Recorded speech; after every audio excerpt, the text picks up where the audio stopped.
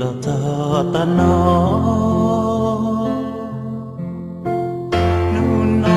bao tia có gió lùa tu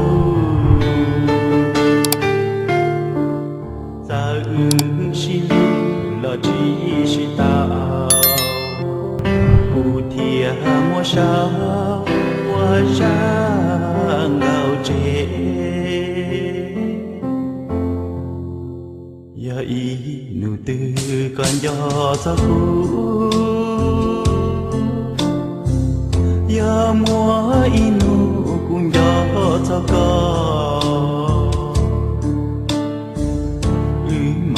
sinh xuân cho buồn cho chùa sai buồn bao xua cho lo xì bỏ giờ tia muốn lừa chỉ lưu có nôn đa giờ có sao sao tu sao sao khi lưu ya ta thao lo có cho cả lo của mà yêu có giờ có tàu nó của giang câu nó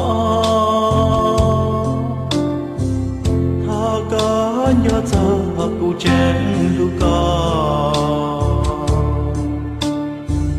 xin chạy trong nó có giờ luôn tu dài xin chú yuất chi mùa la. My love for you is just so unexpressible. Your looks are just so undescribable. Your beauty is beyond beautiful. Your beauty must be broken down into syllables, just so everyone can understand how I feel, just so everyone can understand how hard it is to let you go. Love will find its own way, so expect the unexpectable. And if you ever hear this song, you should know.